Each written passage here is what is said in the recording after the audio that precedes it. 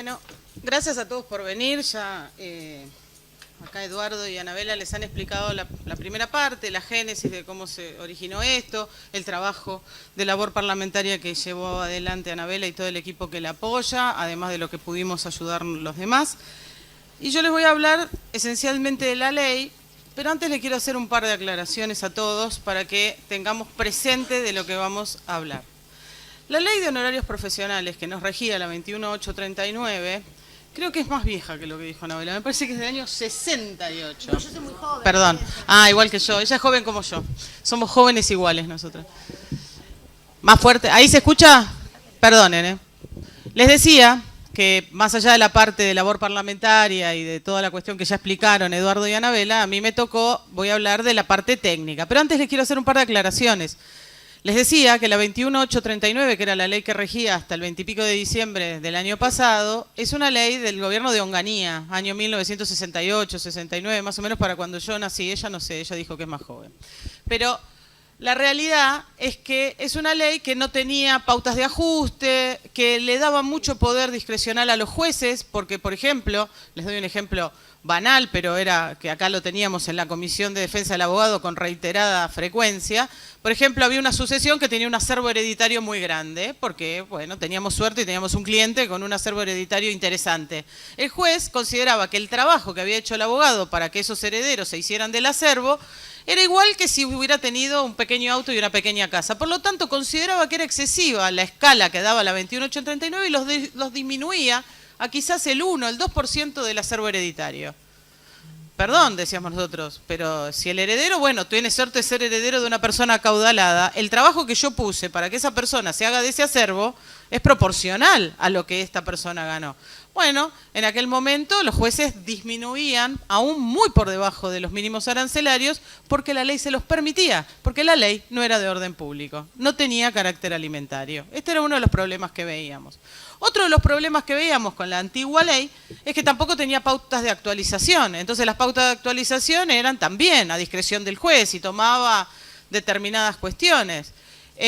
Otra cosa que pasaba, la ley 21839 decía que el capital, o sea, al principio la ley decía que las indemnizaciones obtenidas en juicios por daños, por ejemplo, se actualizaban a tasa pasiva. Con el tiempo hubo un plenario de la Cámara Civil que dijo que no, que los montos indemnizatorios se actualizaban por tasa activa. ¿Para qué? Para evitar que los que debían las indemnizaciones, en general las compañías aseguradoras y demás, evitaran este tipo de especulación respecto de no le pago ahora, total le pago dentro de 12 meses y con los intereses que son nada, a tasa pasiva me conviene más y trabajo el dinero.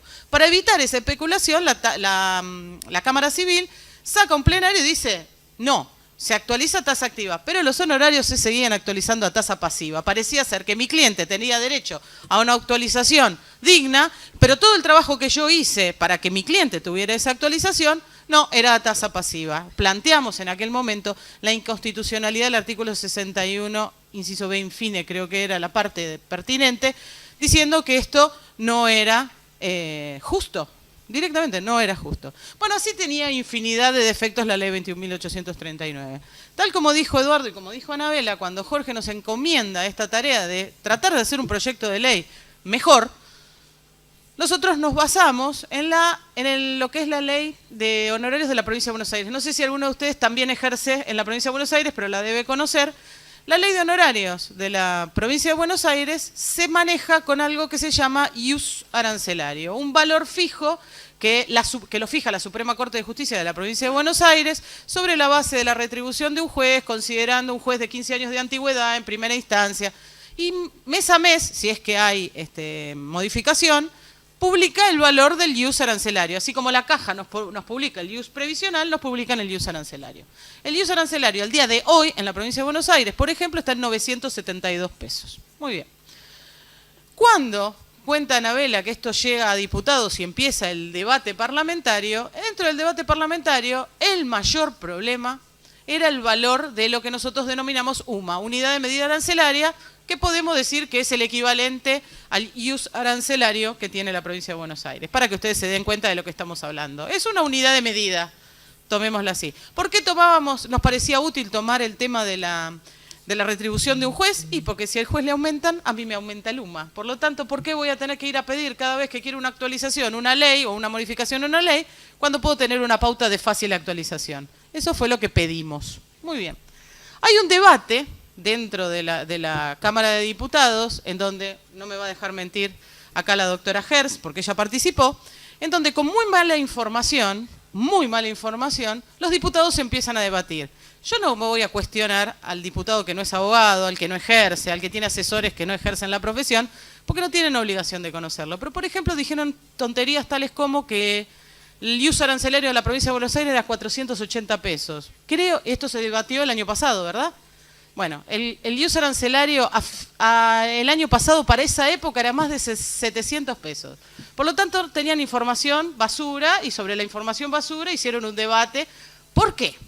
Porque ¿cuál es el interés de que esta ley no saliera? ¿Quién es el mayor pagador de honorarios en el país? El Estado. Y si yo pongo honorarios caros, al Estado le encarezco la litigiosidad.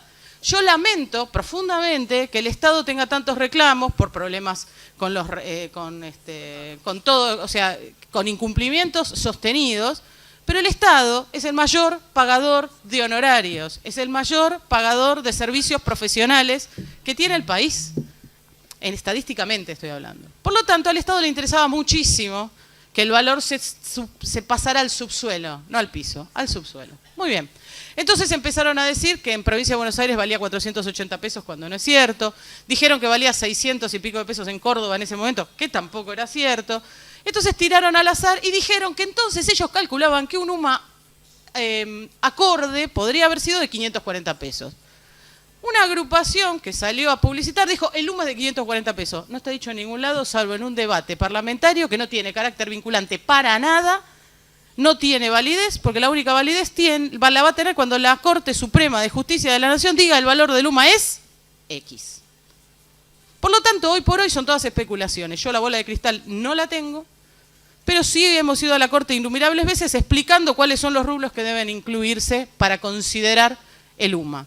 Si ustedes leen la ley dice que es la retribución básica de un juez. ¿Qué es la retribución básica de un juez? Yo no les tengo que contar, porque lo deben saber todos, que la retribución de los jueces está subdividida en miles de ítems. ¿Para qué? Para evitar, discúlpenme, pero es así, para evitar pago en algunos casos de funcionarios el impuesto a las ganancias. Es una forma de liquidar. Entonces tienen el sueldo básico, acordada tal, acordada cual, dedicación funcional, compensación jerárquica, antigüedad, etcétera, etcétera, etcétera. Pero, bueno, ahora no tengo nada, una lapicera, nada. ¿Tenés un marcador? Ahora se los voy a dibujar, que es mucho más fácil. Pero hay rubros que son básicos. Los rubros básicos, porque fíjense que la ley no dice sueldo básico, dice retribución básica, lo que no es lo mismo. Quizás el que se dedica a derecho laboral lo tiene muchísimo más claro, pero el que no, es solamente darse cuenta que hay rubros que ingresan en todos los sueldos. ¿Qué quiero decir? Supongan que la doctora es jueza hace 25 años, porque ella es mayor que yo, aunque no lo diga. Y yo entro hoy a ser juez, ¿verdad? Y supongan que el salario básico de un juez, y estoy diciendo cualquier número porque es para dar un número redondo y que ustedes se den cuenta, un salario básico de un juez, una retribución básica de un juez, el día 1 de su mandato es 100.000 pesos. Pero ella, como hace 25 años que trabaja, cobra un plus de 25.000 por 25 años de antigüedad. Por lo tanto, el UMA no se va a calcular sobre 125.000, se va a calcular sobre 100.000, porque es lo que todos los jueces cobran el día 1, el día 1 de su ingreso al Poder Judicial. Entonces, ustedes tienen sueldo básico, X, acordada, no me acuerdo los números. Da la vuelta para allá, Lauri. ¿Cómo? Da la vuelta. Ahora lo digo. Hay dos acordadas que no me acuerdo los números, me sepan disculpar, que tiene acá. Una compensación jerárquica, ¿saben lo que es esto? Es lo que, como el juez no puede ejercer la profesión y tiene que contentarse con el sueldo de juez, que no es nada malo, por cierto, le pagan esa compensación, como diciendo, como usted no va a poder tener clientes y todos los meses va a cobrar lo mismo, se lo compensamos. Acá corta y acá viene después antigüedad, y una serie de otros rubros que son de especialización y demás. Todo esto no cuenta, todo esto cuenta. Por lo tanto, los diputados confunden sueldo con retribución y hablaban de esto. Dicen por ahí, yo no lo sé porque no lo tengo, que el sueldo básico de un juez sería 17.000 pesos. Si alguno cree de buena fe que esto es cierto, pues que salga y con 17.000 pesos calculan el valor del UMA 540. Yo no voy a discutir con gente que no pudo leer un texto normativo porque no puedo, no voy a discutir eso. Pero si ustedes lo ven, más clarito, échenle agua. Hoy por hoy, estos rubros, para un juez que entra hoy, está alrededor de 93.000 pesos. La suma de todo. La suma de estos rubros, más o menos. Porque es lo que me dijeron en la corte, me hicieron un cálculo. Por ahí está el camino. Muy bien. Esto es respecto al valor de UMA, que vuelvo a insistir, no está fijado. Al no estar fijado, cualquier especulación es eso, es especulación. ¿Cuánto más? A ver, ¿a quién se le ocurre que un abogado quiere ganar poco? A nadie. Los jueces, por supuesto, dicen, esto me lo dijeron en la corte, están llamando por teléfono histéricamente a la corte diciendo, por Dios, fijen el UMA porque tenemos que regular en horarios. También es cierto que el veto parcial que habló la doctora habla de algo muy particular. Dice que la ley, porque la ley originalmente decía que una vez sancionada se iba a aplicar a todos los procesos, en trámite o a iniciarse. Esto decía el proyecto original, perdón. Cuando vetan la ley, en el veto dice, no, la ley se aplica desde el momento de su promulgación, en juicios que se inicien del momento de su promulgación en adelante. ¿Qué significa esto? Que solamente esta ley empieza a ser aplicable para todos aquellos expedientes que ustedes sortearon después del 21 o 22 de diciembre. Con los tiempos que caracterizan a la justicia argentina, no creo que haya absolutamente ninguna sentencia de un juicio más o menos importante en el plazo de 3 meses, porque enero hubo feria, febrero, marzo y van 10 días de abril. Salvo un divorcio de estos que se presentan ahora sin... No hay regulaciones de honorarios. Por lo tanto, se están haciendo especulaciones sobre la base de cosas que hoy aún no existen. Y si hay algo que los abogados no podemos hacer es hablar de cuestiones futuras. Todo lo contrario, tenemos que ser extremadamente prudentes al respecto. Esto es respecto al valor del UMA. Ahora, volvamos a la ley. ¿Se acuerdan que yo les dije que la 21839 le daba excesivo poder discrecional a los jueces para determinar cuánto debíamos cobrar? Porque, honestamente lo digo, y por más que alguno de nosotros tenga amigos o parientes jueces, los jueces son bastante miserables en este sentido. Creen que ganamos mucho. Y la verdad que no ganamos mucho. Porque yo le querría contar la cantidad de regulaciones miserables que tuve a lo largo de 25 años de profesión y me dan ganas de estrangularlos. Pero esas ganas de estrangularlos se me pasan cuando empiezo a pensar que yo ahora tengo una ley que no me pueden bajar los honorarios. Porque otra cosa que están también malinterpretando es que la ley establece pisos, no techos. Eso no es el máximo que ustedes van a percibir. Ese es el mínimo, que es de aplicación obligatoria para los jueces. El juez no puede ir por debajo de ese monto. Por lo tanto, ustedes es lo que tienen que observar, el mínimo que establece la ley. Por eso, el día que me fije en el UMA, yo les voy a poder decir cuántos son 10 UMA. ¿Sí? Si el día que me dicen son 1.000 pesos, 10 UMA serán 10.000 pesos. Si me dicen 900, serán 9.000 pesos. Y así sucesivamente. Pero yo tengo un piso. Ese piso se puede elevar hasta lo que considere el juez. Y yo puedo apelarlo si considero que es bajo. ¿Estamos? Entonces, eso es como primera medida y esa es una de las primeras cosas que viene a mejorar radicalmente con el proyecto, con la ley vigente anterior. Y ahora me voy a poner un anteojo porque no veo nada, me van a disculpar. Bien.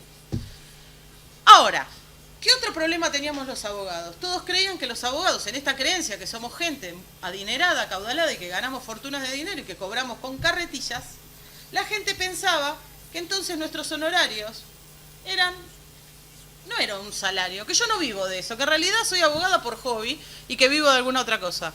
Mi familia come de los honorarios que yo gano. Para mí tienen carácter alimentario. El que no entienda que el abogado que trabaja en relación de dependencia y vive de sus honorarios no vive de eso, realmente vive en una burbuja y no entiende. Entonces, ¿qué hicimos? Los honorarios pasaron a ser inembargables hasta un porcentaje, igual que el sueldo de un empleado.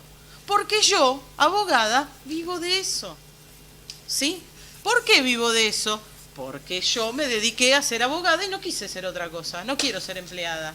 ¿Correcto? Entonces, el honorario, al tener carácter alimentario, el carácter alimentario le da el orden público, el juez no me lo puede bajar y un acreedor no me lo puede embargar, sino hasta los límites de la embargabilidad, obviamente.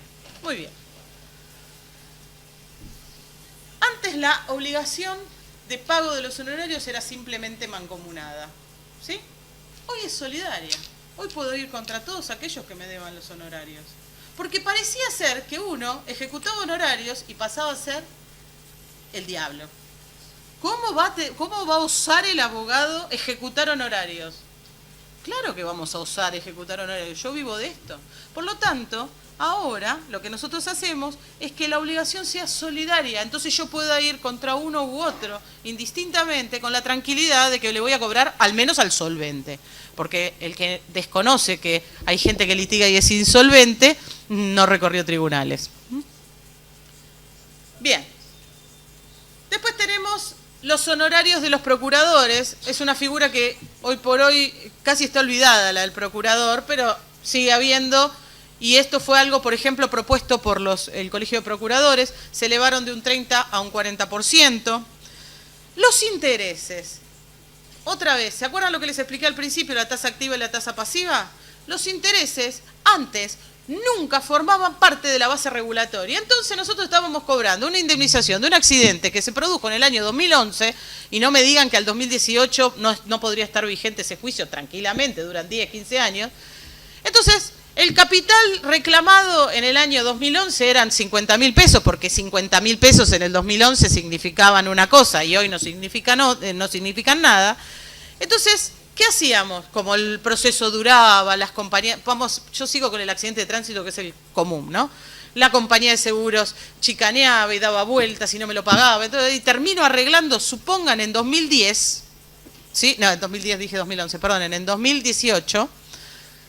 tengo 7 años de intereses. Esos 7 años de intereses, con la ley anterior, no entraban dentro de la regulación de honorarios. Me entraban los 50.000 pesos totalmente depreciados en un país como la Argentina, sin el cálculo de actualización, ni mucho menos. Por lo tanto, mis honorarios quedaban depreciados. Y si bien podían entrar dentro de la escala que me daba la 21.839, si yo lo hacía actualizado, me quedaban muy por debajo. Entonces, ¿qué hicimos? Hicimos que los intereses, cuando uno practica la liquidación con los intereses, sobre esa base, al día del pago, es la regulación de honorarios. Y es una manera de mantener nuestros honorarios actualizados. Porque si mi cliente, en vez de 50.000, va a cobrar, por obra y gracia de los intereses, 300.000, yo tengo que tener una retribución en base a los 300.000, no a los 50.000. ¿Correcto? Bien. Hay un artículo que dice que si en el pleito se hubieran acumulado acciones o deducido reconvención, se regularán por separado los honorarios que corresponden a cada una. Esto es muy interesante. Ustedes se acuerdan que, por ejemplo, había una demanda por daños y perjuicios por filtración, qué sé yo. Mi vecino se quejaba de que la pared le filtraba agua. Pero yo reconvengo y digo, no, ¿sabe por qué filtra agua? Porque usted me construyó una habitación que no debía, rajó la pared y ahora entra agua. Entonces yo reconvengo por daños y perjuicios. Antes se regulaban honorarios como si eso fuera un único juicio. No, ahora se van a regular por la demanda y por la reconvención. Y si hay un incidente, por el incidente. Porque son trabajos diferenciados. Si ustedes me dicen que un incidente forma parte del principal, no, yo he tenido expedientes con 10 y 15 incidentes. Y yo en realidad no tenía un expediente, tenía 16, el principal y 15 incidentes. Y yo trabajaba con vencimientos distintos, y trabajaba con partes distintas, y trabajaba con situaciones distintas. Y si mi trabajo se multiplicó por 15, ¿por qué tengo que cobrar por 1 si yo estoy trabajando por 15? Eso también se incorpora en la nueva ley. Juicios ejecutivos y ejecuciones especiales se elevan los honorarios mínimos, siendo una regulación más baja entre el 22 y el 33%, hasta 15 UMA de menor cuantía, y en los casos donde no hubiera excepciones se reducirán en un 10%. Hasta ahora el mínimo era de 300 pesos, y si no había excepciones, la reducción era de un 30%.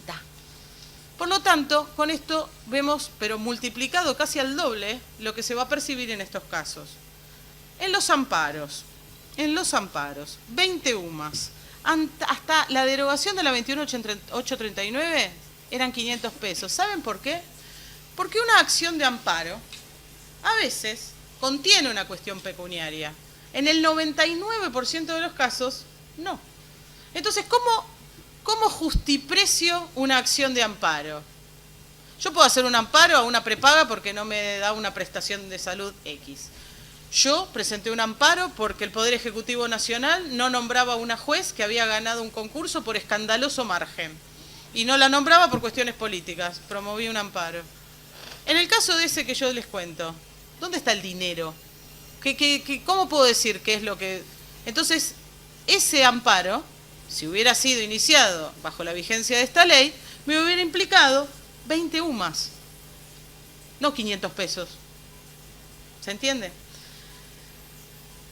Entonces, hay otras cuestiones que yo también les quiero aclarar. Disculpen que tengo mi ayuda a memoria, porque si me acordara de todo esto, estaría bastante más inteligente que lo que parezco.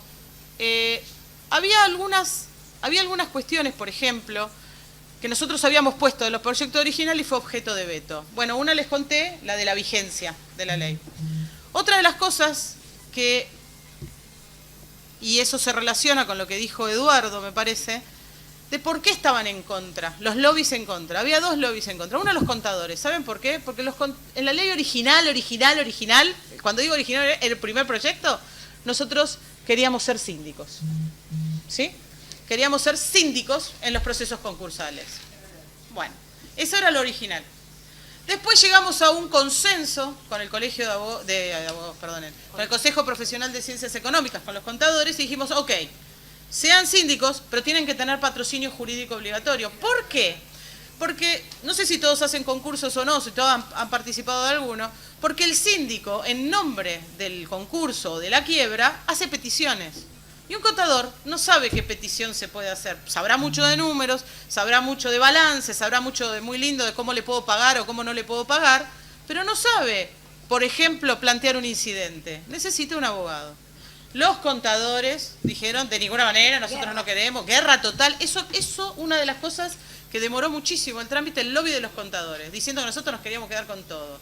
Cuando los contadores hace mucho tiempo abrieron un centro de mediación que nosotros logramos cerrar.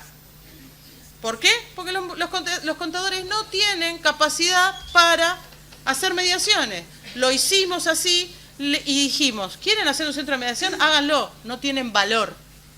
¿Por qué? Porque los contadores no pueden mediar. Y después, en el tiempo, más adelante, que hubo un proyecto de que la mediación fuera interdisciplinaria, entonces si era un tema de familia que lo discutiera un psicólogo, si era un tema contable o digamos de negocios que lo discutiera un contador, cuando la única persona que sabe componer situaciones jurídicas es un abogado, les guste o no les guste. Entonces, el lobby para que todo esto fuera así detuvo mucho tiempo. Finalmente, el veto dejó la sindicatura sin patrocinio para los contadores. Yo, para la próxima vez que tenga que intervenir en un concurso, diré que me parece absolutamente abusivo e inconstitucional, porque no es una persona que la CONEAU no lo ha certificado para hacer ninguna petición ante un juez. Con ese criterio, cualquier ciudadano puede hacer una petición sin patrocinio. Bien. Otra de las cosas que decía la ley, para nosotros, era muy importante. ¿Por qué los estudios grandes estaban en contra? Ustedes me dirán, ¿y qué problema tienen los estudios? Y acá, quizás la doctora Donato va a estar de acuerdo conmigo, tiene que ver con la ética profesional. Ustedes saben que hay dos tipos de contrataciones en los estudios de abogados. Uno puede ser abogado en relación de dependencia, al amparo de la ley de contrato de trabajo, una situación, la gente que tiene a sus empleados en blanco, aplausos para ellos, y además porque el trabajador se aviene a ser un empleado, a cobrar un monto mensual por mes, a cobrar de determinada manera, a cumplir un horario y a cumplir determinadas funciones. Este es un grupo dentro de los grandes estudios. Y después también hay otro grupo en donde todos son locaciones de servicios, hoy todas de obra, porque no, bueno, todo este. Bien, ¿qué pasa con el abogado en locación de obra hoy por hoy? ¿Qué hacía? ¿Cómo era fiscalmente la situación? Facturaba. Pero el estudio grande, que se manejaba de esta manera, supongan que yo tenía de abogados a los 6 que tengo en la primera fila. Entonces yo les decía, yo les voy a pagar 30.000 pesos por mes y ustedes me tienen que hacer una factura de monotributista por la categoría que pertenezcan por 30.000 pesos. Los 6 me dicen, sí, ningún problema. Muy bien, y vienen a trabajar todos los días y hacen como si fueran empleados en relación de dependencia. Cumplen horario, vienen a mi trabajo, yo les proveo los elementos de trabajo, la computadora, trabajan para mi estudio, firman como fulano de tal, estudio Juan Pérez.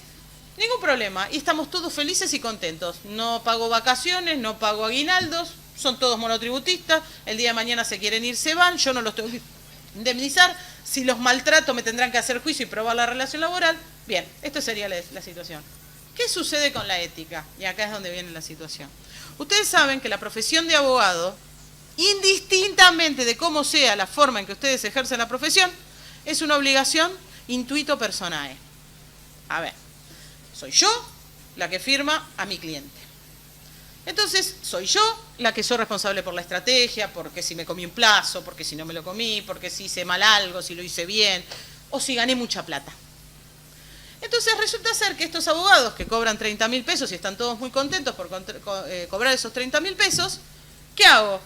Usted cobra 30.000 pesos, pero doctor, acabo de cerrar un juicio y ganamos 7 millones de dólares. Sí, pero usted va a seguir cobrando 30.000 pesos.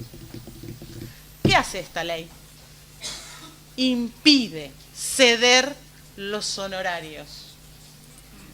Entonces, al no poder ceder los honorarios, esa situación, el abogado, digamos, el dueño del estudio, si se quiere, va a tener que pagarle al abogado que cobraba 30.000 pesos y que me facturaba el proporcional, no el proporcional, los honorarios regulados a su nombre. ¿Sí? Sí dicen por ahí que no protege que la ley de honorarios no protege a los abogados en relación de dependencia. Yo no puedo legislar por sobre la ley de contrato de trabajo. No es una ley que pueda revertir las situaciones de contratación, porque yo contrato a una persona, esa persona firma un contrato en donde acepta determinadas obligaciones y yo, patrón, tengo otras obligaciones. En el caso segundo, el que les dije, yo los tengo a todos ustedes facturando, es totalmente diferente. Ustedes son abogados independientes que me prestan colaboración si quieren, pero a mí no me deben nada. Y si el día de mañana ustedes van, cobran el cheque de los honorarios y se van a su casa, no hay acción ninguna que tenga el dueño del estudio a decirme, pero venían y usaban mi computadora. ¿Sabe qué es lo que le va a contestar un juez? Doctor, es una liberalidad de su parte. Si no, lo tendría contratado bajo relación de dependencia. Perdón. Entonces, esta ley impide eso. Impide que los abogados... Entonces hay que pagarle a lo que nosotros denominamos cariñosamente los juniors, aquello que les corresponde, aquello que consiguen, aquello que su trabajo profesional logra. Por eso estaban en contra, porque no es lo mismo pagar un monto pequeño que pagar lo que realmente se les debe. Porque no todos ejercemos la profesión de la misma manera. Hay muchos que ejercieron la profesión toda la vida independientemente. Otros que lo hicieron alternativamente en forma independiente, alguna vez trabajaron en relación de dependencia. Yo pasé por todos los estadios. Yo trabajaba en relación de dependencia.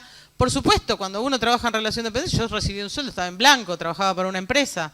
Estaba en blanco, cobraba mi sueldo, yo representaba a la empresa, era apoderada.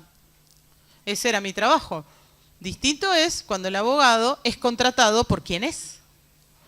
Yo le voy a dar un ejemplo cualquiera, pero no con esto quiere decir, si ustedes tienen un problema penal y tienen ganas de contratar a Fernando Burlando, lo que pretenden es que sea Fernando Burlando el que los represente. Si ahora después ven que todos los escritos los presenta Juan Pérez del estudio Burlando, le van a decir, no, doctor, yo lo contraté a usted y pueden tranquilamente reclamar. Ahora, resulta que Juan Pérez es mejor que Fernando Burlando y resulta que les gana el juicio, resulta que ustedes obtienen un golazo, un éxito fundamental. Bueno, los honorarios se los deben a Juan Pérez, no a Fernando Burlando. ¿Se entiende? Esto tiene que ver con muchos reclamos que yo escucho de, pero esto no prevé tal cosa, no prevé tal otra. ¿No? Esto es una ley que se actualiza sola porque gracias a Dios, hoy me enteré, por ejemplo, que el Poder Judicial de la Nación obtuvo un aumento del 10%, a abril creo, si no estoy equivocada. Bien, el UMA va a aumentar 10%.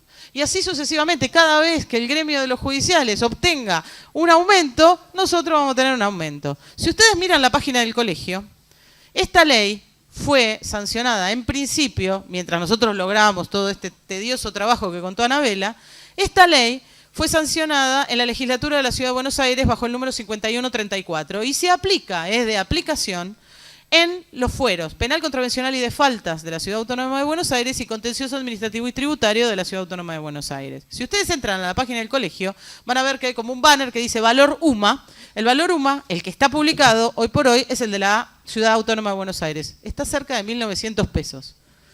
O 1.700 y pi. Ahí está, 1.755. 1.755 es el mismo valor que tenemos, mejor dicho, es el mismo porcentaje que está en una ley que en la otra. Lo único que cambia son los ámbitos de aplicación.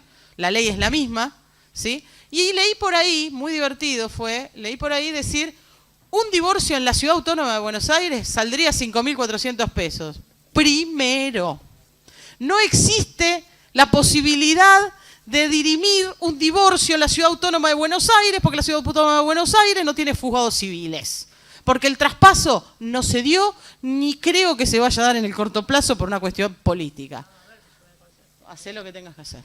Vos hacé lo que tengas que hacer. Hacé tu trabajo. Mirá. Pero digo, vuelvo. ¿Ustedes pueden ejecutar un pagaré en la Ciudad Autónoma de Buenos Aires? En la jurisdicción de la Ciudad Autónoma de Buenos Aires? No. ¿Pueden hacer un divorcio? No. ¿Pueden hacer un despido? No. Entonces, ¿qué estamos calculando? ¿Pero a quién se creen que les escriben? Disculpen, ¿no? Yo me enojo porque en realidad, tengo una hija que está estudiando Derecho. Si me dice una barbaridad de esta categoría, está en tercer año, empezando en tercer año, me dice una barbaridad de esta categoría, que se lo dije el otro día porque me enojé, le dije, abandoná la carrera y dedicate a otra cosa. No, fue un problema en la mesa familiar. Vos sos muy cruel. Entonces se la voy a mandar a vivir con ella, que está acá, que dice que es su hija putativa, se la voy a mandar y cuando le diga una burrada, que trate de no reaccionar como reaccioné yo, porque bueno, yo tengo lo mío. Pero lo que digo es, no tenemos posibilidad de hacer esto, porque la justicia que interviene en las cuestiones ordinarias de la capital federal sigue siendo el Poder Judicial de la Nación.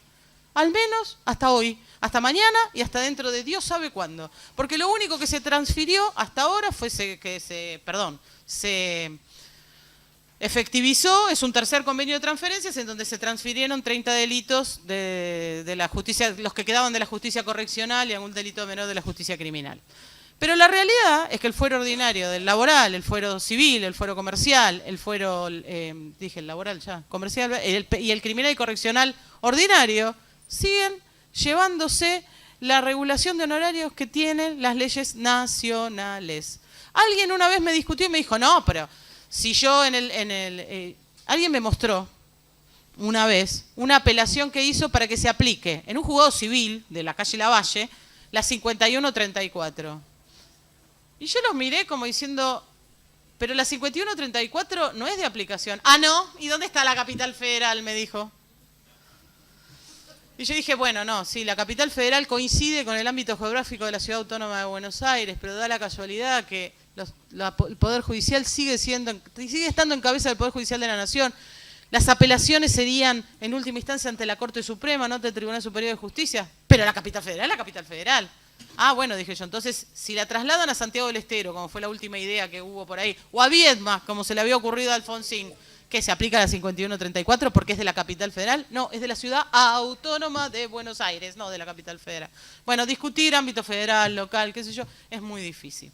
Entonces, lo que yo les digo es, esta ley, quiero que tengan en cuenta que si ustedes analizan sobre la base objetiva, es verdad, hemos tenido vetos que nos hubieran gustado que se hubiera sido de aplicación para todos los procedimientos que estuvieran en trámite. Obviamente que eso, y querríamos que Luma me lo digan anteayer, porque la verdad que se necesita, es algo que daría luz a una situación, pero eso no depende de nosotros. Lamentablemente, vuelvo a insistir, al Estado le interesa pagar paupérrimos honorarios, no a todos nosotros, sino a sus abogados y a la gente que litiga contra el Estado. Yo lo lamento, o sea, el Estado históricamente, no es ni este gobierno, ni el anterior, ni el anterior, ni el otro, desde todos los gobiernos siempre han querido recortar, no pagar, evitar, reducir, disminuir y aumentar impuestos. Esto es una verdad de perogrullo, no lo digo yo. Razón por la cual, por supuesto, cualquier cosa que se encarezca para ellos es una pérdida. Pero esto no es una pérdida, en realidad es la ganancia que tenemos los abogados por nuestro trabajo diario. Y si ustedes creen que nuestro trabajo diario debe ser medido sobre la base de, un debate parlamentario con mala información, sobre la base de una hipótesis, de un supuesto, de algo que no está ni siquiera fijado. Si estamos hablando que una ley se sancionó el 13 de septiembre, cuando en realidad se sancionó el 20 y pico de noviembre o de diciembre, que lo dijo recién Anabela, no me acuerdo, y se promulgó a fines de diciembre. Una persona que confunde el momento de sanción de una ley con el verdadero momento de sanción de la ley, una persona que no entiende que en la Ciudad de Buenos Aires no se puede hacer un divorcio, yo no puedo discutir esto. Sí, lo que les voy a decir ¿es la ley que queríamos? Por ahí no tanto, pero sí es una ley que es 10 veces mejor a lo que teníamos.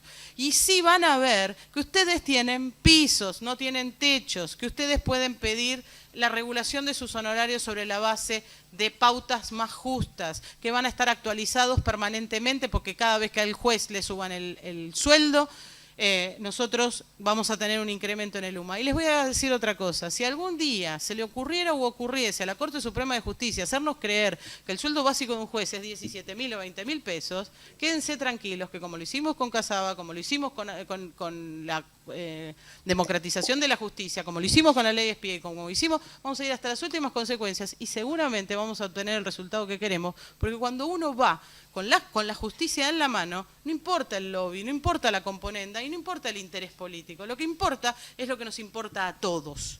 Por eso, hay muchas cosas que ustedes de la ley van a ver que son mucho más fáciles, pero lo importante que tienen que lo que le tienen que quedar claro es, establece pisos, incluye los intereses en las liquidaciones, o sea, la base regulatoria está integrada por capital e intereses al día del efectivo pago.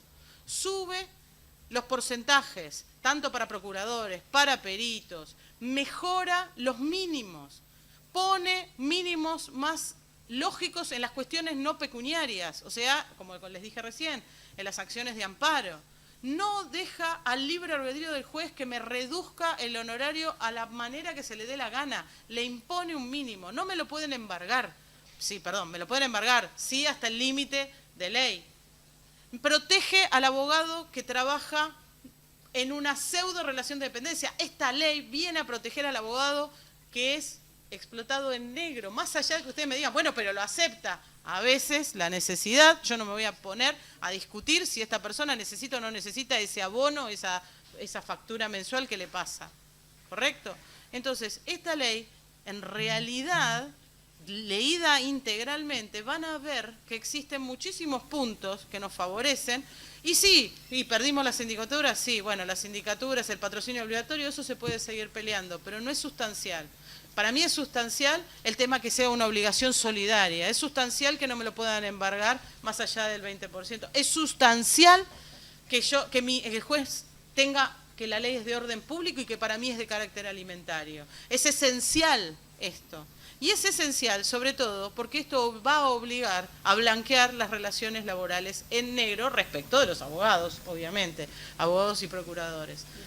Así que, en líneas generales, estos son los aspectos de la ley que pueden llamarse positivos. Por supuesto, les conté algunas cosas que fueron objeto de veto y que retrotraen algunos efectos. Lo interesante es que siempre nosotros podemos discutir sobre la base de una cuestión. A ver, nadie dice que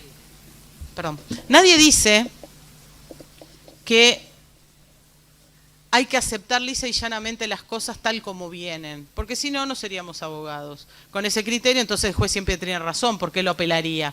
¿Por qué diría yo? ¿Por qué no estaría conforme con una sentencia? Por supuesto que existen críticas constructivas. La persona que dice esto no sirve pero no da la solución o no dice por qué, realmente eso no es una crítica, eso es realmente un enojo, una queja infundada. Yo estimo que una vez fijado el UMA por la Corte Suprema, algo que hemos hecho desde el día que se sancionó la ley, mandamos al día siguiente una carta a la Corte. Bueno, dijimos, son las fiestas, le dimos este tiempo, vino la feria. En primero de febrero, que creo que fue, o el 2 de febrero fue el primer día hábil, mandamos carta el 2 de febrero. Mandamos carta a mitad de febrero, mandamos carta. En marzo ya fui yo, y ya van 3 veces que voy.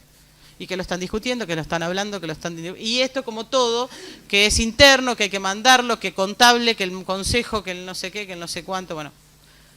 Nosotros tenemos esta herramienta que puede seguir siendo mejorada. Es una herramienta que se mantiene actual en el tiempo. Es muy similar a la de la provincia de Buenos Aires. Y esto, en la provincia de Buenos Aires, viene funcionando casi sin problemas hace muchísimos años. Entonces, las cosas que salen bien, en realidad uno tiene que basarse en ellas, no tratar de patear el tablero, a ver, porque en realidad con ese criterio estuvimos casi 50 años con la misma ley. Porque la 21839 rigió casi 40 y pico de años. Entonces, nuestra profesión se presume onerosa. No tenemos que regalar nuestro trabajo. Y con la 21839 casi a veces lo regalábamos. Las verificaciones de crédito, las presentaciones de verificaciones de crédito eran una miseria. Los amparos, una miseria. Había un montón de situaciones que nos bajaban los honorarios. Teníamos que cobrar montos históricos. No podíamos ejecutar honorarios por tasa activa. Todo eso se terminó. Todo eso se terminó. Insisto, pueden haber mejoras, pueden haber cosas distintas, pueden haber muchísimas situaciones.